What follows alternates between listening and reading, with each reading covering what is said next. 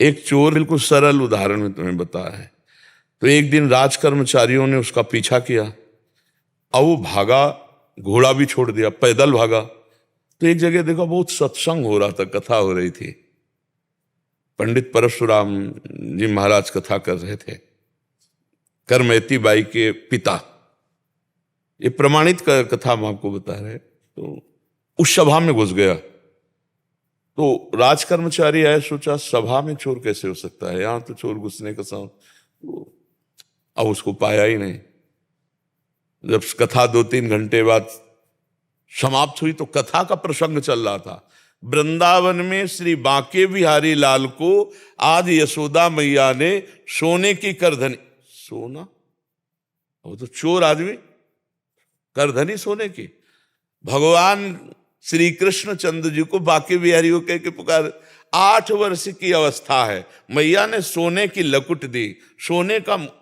अरे इतना माल एक साधारण, और गाय चराने अपने सखाओं के साथ जा रहे हैं। कथा समाप्त हुई, नजदीक पहुंचा, चाकू निकाली, पंडित परशुराम जी के गले में लगाई। पता लिखो, ये जो इतना धनी बालक का वर्णन कर रहे थे, पता लिखो। उन्होंने देखा तो उनका डाकू है जो मेरा नाम सुन करके भयभीत हो जाते हैं, हमारा नाम गोवर्धन डाकू है। कहा भैया इतनी तुम्हें जल्दीबाजी क्या है? बोले पता लिखो। केवल कहा? बोले मथुरा क्षेत्र वृंदावन, बाप का नाम नंद बाबा, कन्हैया, गाय चराने।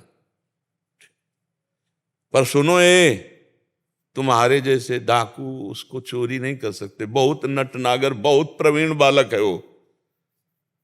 तो उन्होंने कहा तुम हमको ऐसा समझते हो, अकेले अकेले राजाओं के महलों को लूट लिया है। बोले फिर भी नहीं लूट सकते, बहुत प्रवीण है। तो उनका कसम खाता हूं, जब तक उसे लूट नहीं लूंगा तब तक पानी नहीं पीऊंगा। परशुराम जी ने सोचा भगवान की अपार कृपा इसके ऊपर, पता नहीं क्या लीला होने वाली इसके ऊपर। उन्होंने कहा सुनो, हमारी तरफ से माखन मिश्री ले लो, जब तुम्हारा बस ना चले तब माखन मिश्री उसे खवा देना। हाँ ये बात भी ठीक है, बच्चा है, फुसला के काम चल जाए तो मारना काहे को पड़ेगा। माखन मिश्री फेंट में बांधी और कहा कसम खाता हूं जब तक उसे लूट नहीं लूंगा तब तक मैं पानी नहीं पीऊंगा। पर नाम क्या बताया तुमने? इतना बड़ा नाम तो। बोले श्याम सुंदर।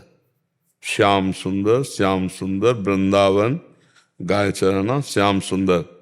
अब भगवान का चिंतन बनने लगा। देखो चिंतन बनने लगा। अब वो पैदल चल करके आया। अब एकांत में जहां गाय चरते तो पूछते श्याम सुंदर की गौएं कौन है? बोले सब हैं, ये ब्रजमंडल है, हर गौशाला भगवान के नाम की है। नहीं, बोले वो जो यशोदा मैया ने श्रृंगार करके चराने में, बोले वो तो कथा में लिखा है, प्रगट में थोड़ी अब रह गया। अरे बोले नहीं, पंडित जी झूठ नहीं बोल सकते। हम लोग चोर डाकू झूठ बोल सकते हैं, पंडित थोड़ी झूठ बोल सकते हैं। भगवान तो है ना, वो अपने भगवान को मतलब श्याम सुंदर है ना।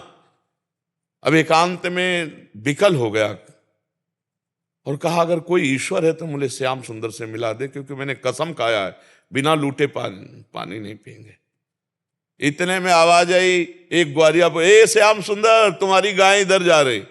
अरे दौड़ा उधर, देखा कमर में हाथ रखे, न जाने कौन से गुण पर दयाली दिली जाते हैं, पीतांबर की फेट, वैसे ही श्रृंगार जैसा पंडित जी ने वर्णन किया था।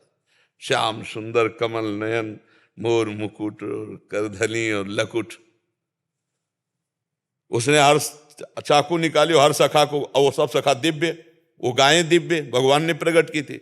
सब सखाओं का भाग जाओ नहीं मार डालेंगे। भगवान ने इशारा किया कि जाओ इसको हमें एकांत में निहाल करना है। बोले हाँ बोल रहे। बोले तू डरता ले क्या? बोले अब काल से भी नहीं डरते, तेरे से क्या डरना है। बोले मेरा नाम नहीं सुना होगा इसलिए तू डरेगा। अब ये मेरा नाम गोवर्धन डाकू, तो गोवर्धन ही तो नाम है ना, मेरा नाम गोवर्धन धारी है। भगवान उससे जब वार्ता कर रहे हैं तो उसका जीवत्व तो नष्ट हो रहा है, अज्ञान नष्ट हो रहा है। उन्होंने देखा बड़ा प्रवीण पंडित जी कह रहे थे माखन मिश्री खवा के काम कर ले। बोले सुनो, भगवान ने कहा अच्छा ऐसा प्यार करते हो? बोले प्यार के लिए नहीं है, ये सोना चांदी जो पहले ये उतारने के लिए। भगवान ने कहा ये तो वैसे ही उतार देंगे, लाओ तुम्हारा। माखन मिश्री खाई और कहा थोड़ा तुम खाओ। और जे भी भगवान ने चखाया उसे भगवत अज्ञान हो गया। अब भगवान को साष्टांग दंड, प्रभु प्रभु। एक बात सुनी कि कन्हैया गाँव में चला रहा है, चल पड़ा, कसम खा ली तो भगवान मिल गए। यहाँ जीवन व्यतीत हुआ जाता है, हलवा पूड़ी खा करके दिनचर्या का बैलेंस बनाते रहते हैं, तो भगवान कहाँ मिले? जब भूख प्यास सहकर केवल भगवान के दर्शन के लिए, तो भगवान उसी समय प्राप्त हो जाते हैं। हम लोग सुनते बहुत हैं, समझदार बहुत हैं, नहीं करना चाहिए ये भी जानते हैं, लेकिन भजन ना होने के कारण हम उसको उतार नहीं पाते हैं। भजन शुरू करो, अभी बात बन जाए। नाम जप करो और निश्चय करो कि मुझे इस मार्ग में चलना है, तो पापाचरण नहीं करना है, गंदी बात नहीं करनी, किसी को दुख नहीं देना, किसी का अहित नहीं करना, तो मंगल शुरू हो जाए। अभी दिव्यता आने लगे अंदर, अंदर की दिव्यता, ये बाहर शरीर का राग छूट जाता है। समझ पा रहे आप?